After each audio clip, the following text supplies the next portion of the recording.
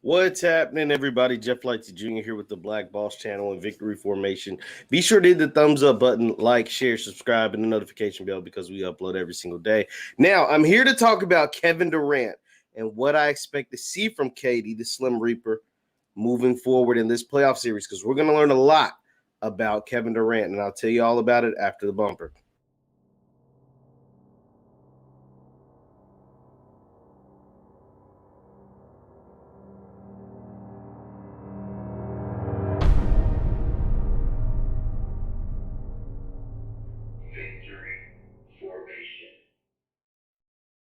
What's happening, everybody? Jeff Lightsy Jr. here with the Black Boss Channel and Victory Formation. Be sure to hit the thumbs up button, like, share, subscribe, and the notification bell because we upload every single day. Now, Kevin Durant and the Brooklyn Nets, their series against the Milwaukee Bucks is now tied at 2-2, and there is a lot to take away from this series. So, as we know, James Harden has been hurt since the very first minute of the very first game in this series. He went down with a hamstring injury.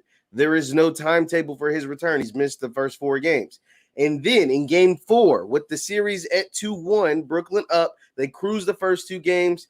But in game 4, Kyrie Irving went down after playing 17 minutes, scoring 11 points. He went down with an apparent ankle injury. And it did not look good. It does not look good. It didn't look good then. It doesn't look good now. There's reports that he left the arena with crutches. He left the arena on crutches. That's not a good sign for returning for this series. I'm going to just be honest. That's not a good sign when your player leaves game 4 on crutches. There are only at max 3 games left in this series. It's going to be tough for Kyrie to come back after leaving the arena on crutches. James Harden has a hamstring injury. So the Nets are down to a big one. Out of their big 3, they're down to just one guy. And that guy is Kevin Durant. That guy is Kevin Durant. What are we about to learn about Kevin Durant moving forward? KD played 42 minutes. You got to remember, I know it's been almost 2 years, but KD is coming off an Achilles injury that also caused him to miss some games this year. Like, this is a huge, what they thought was going to be a catastrophic injury. He played 42 minutes. He had 28, 13, and 5 assists, but that's not going to be good enough. If James Harden and Kyrie Irving are both out, 28 and 13 is an amazing stat line. It's all-star stats. It's somebody like that's a really good player. Kevin Durant is going to have to produce more than just that. Kevin Durant, we are about to learn a lot about Kevin Durant while James Harden and Kyrie Irving are both missing. And here's why. Because for years, some people have believed that Kevin Durant not only is better than LeBron James, but has been better. Like they feel like he's been better than LeBron James for a long time now at this point. And to most, it's pretty obvious. After seeing LeBron and the Lakers go out in the first round with or without AD, with or without injuries, we saw LeBron and the Lakers go out in the first round. It is what it is. And we've seen Kevin Durant really, really hoop, like be in his bag, not just this series, but this entire season. So this will allow Kevin Durant to justify a lot of people who feel like he is the best player in the NBA. And here's why. Because now he is on a team that is clearly the underdog. If James Harden and Kyrie Irving both play, the Nets will be the overwhelming favorite. But the fact that both of them are now hurt, Kevin Durant, for the first time, and it seems like a very, very long time, his team is in the playoffs, and they're considered a drastic underdog, something LeBron James has faced several times in his career, for the majority of his career, I'd say, a good majority. But Kevin Durant has always been on teams that were either equal to the team he was going against or a lot better.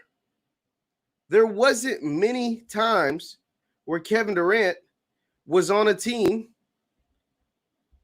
that he wasn't the best, like that his team wasn't better, that his team wasn't clearly better. And that's what's happening here. What is happening here is Kevin Durant is now on a team that he is better, and it's going to be interesting to see if his team is able to overcome as the favorite. As the underdog.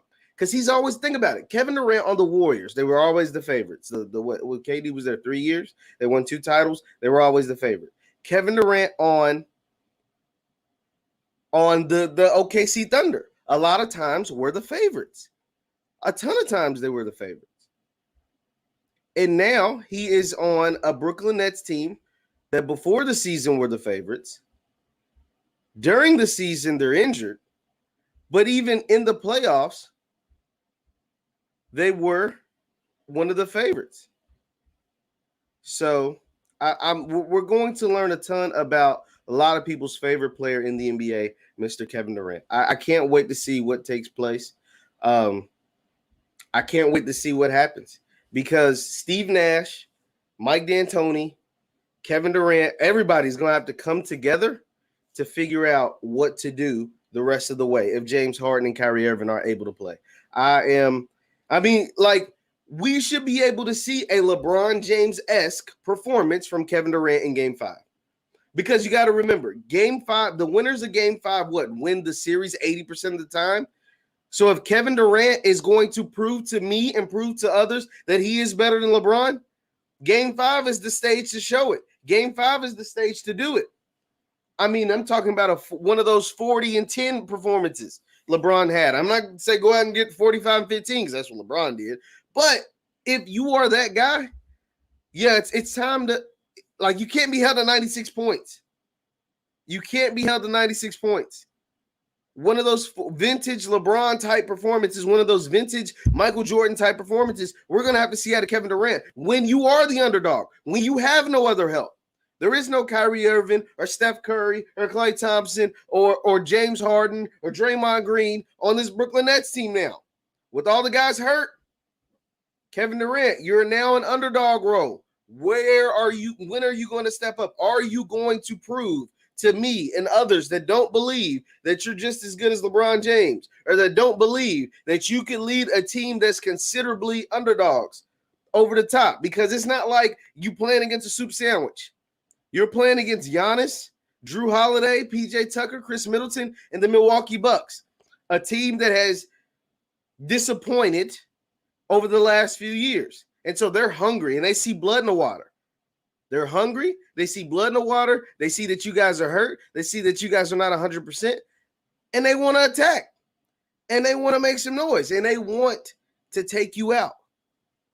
And so what is KD going to do? How is KD going to step up? What is the next move for Kevin Durant? Is he going to prove his believers right and his doubters wrong? Because we've never seen Kevin Durant in this predicament. We've never seen Kevin Durant on a considerably lesser team in the playoffs. Kevin Durant is normally on the favorite. We've seen LeBron James in situations where he was the underdog, and he thrived. He thrived. 2017, 2018 playoffs, he had 2 of the highest point per game playoff series at that age, mid-30s. Season, 12, 13, 14 or later? He averaged over 30 in those playoff series. In that playoff, in those playoffs in general, with teams that were really bad. And he took them to the finals. Teams where the second best player was Matthew Dellavedova and J.R. Smith and Tristan Thompson. Those guys aren't James Harden or Kyrie Irving. So Kevin Durant, this is your time. This is your time. It's time to see if you can put up one of those vintage LeBron James, Cleveland Cavalier days. Those vintage LeBron James dragging Matthew Dellavedova to the finals. I'm not going to act like Giannis is a problem. 34, 12, and 3. Giannis is Chris Middleton chipped in with 19. Drew Holiday with 14 and 9 assists. It's going to be tough. But we are really, really going to see what Kevin Durant is made of on this one. I can't wait to see it. I can't wait to see it. Be sure to hit the thumbs up button, a like, share, subscribe. The other playoff series, the one that was actually ended last night, the Phoenix Suns, they sweep the Denver Nuggets, 125-118 in Game 4. Devin Booker, 34 and 11 in the closeout game. Chris Paul in the closeout game, 37 points, 40 minutes played, 7 assists. Chris Paul wanted to put this game away, and he put his foot on the throat of the Denver Nuggets. He put his foot on the throat of the Denver Nuggets. Chris Paul. And that's really who I want to focus on is Chris Paul. Because I'm on record as one of the biggest CP3 fans on Al Gore's internet. I am a CP3 guy. Because even though Chris Paul, when you're playing against him, is probably super annoying, right? Like, he does a lot of flopping. He does a lot of talking. He does a lot of everything.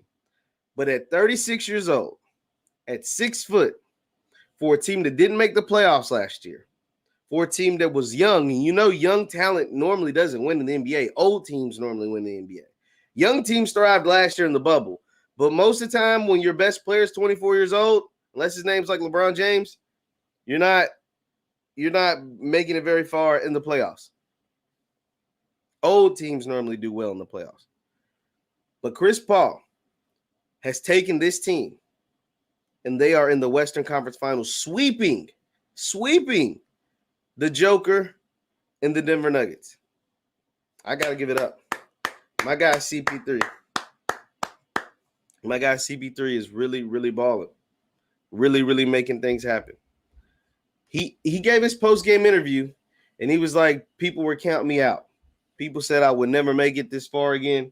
People were saying I was done. I was washed. And at times, when he kept getting hurt over the last couple of years, at times he looked washed. As a CP3 fan, I can admit that. There was times when every year in the playoffs, it seemed like Chris Paul would get hurt. He would always get his teams there. One player that always makes his team immediately better and gets them into the playoffs is CP3. He would always get his teams there.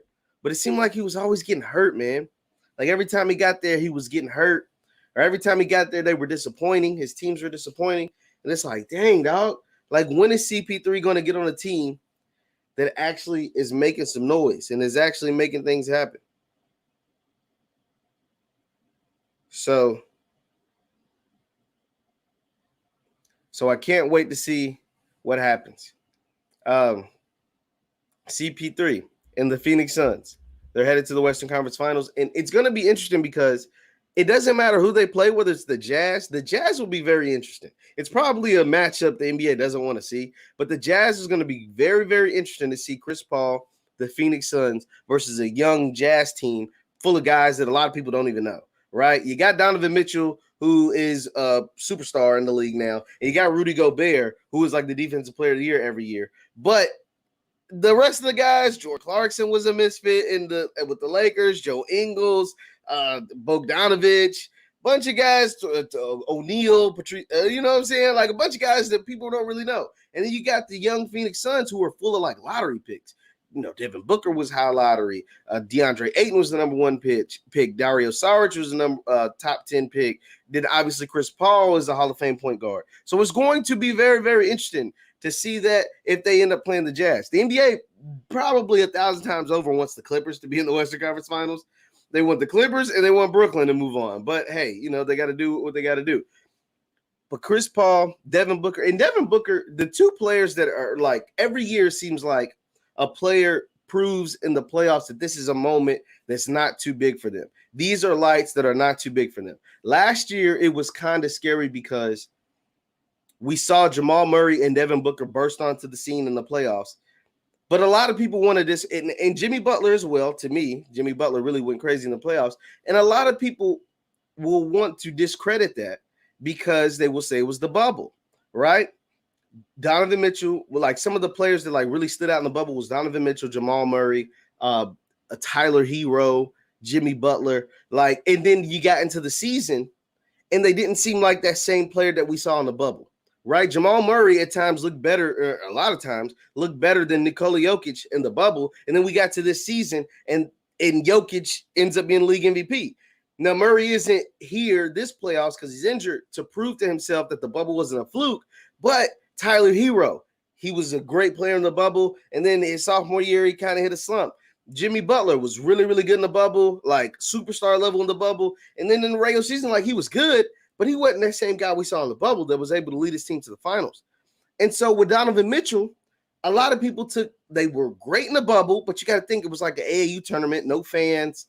No people really in there. Like open gyms, no, like the dimensions were different. Everybody was shooting better. So you can try to discredit some of the players. But Donovan Mitchell came into these playoffs on a mission. He didn't let that bubble madness stuff turn him down because he came into the season on a mission. And that's why the Utah Jazz had the number 1 seed. And he came into these playoffs on a mission.